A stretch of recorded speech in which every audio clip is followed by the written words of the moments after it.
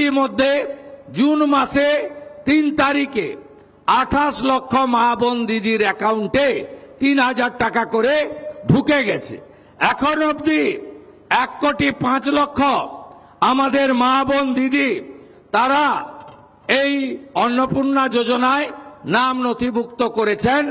তাদের verification complete করে আমরা পোর্টালে আপলোড করে দিয়েছি এবং এরা আগামী 1 জুলাই তারা এই জুন মাসের 3000 করে টাকা অ্যাকাউন্টেও পেয়ে যাবেন, ঢুকে যাবে। এতটুকু চিন্তা করবেন না।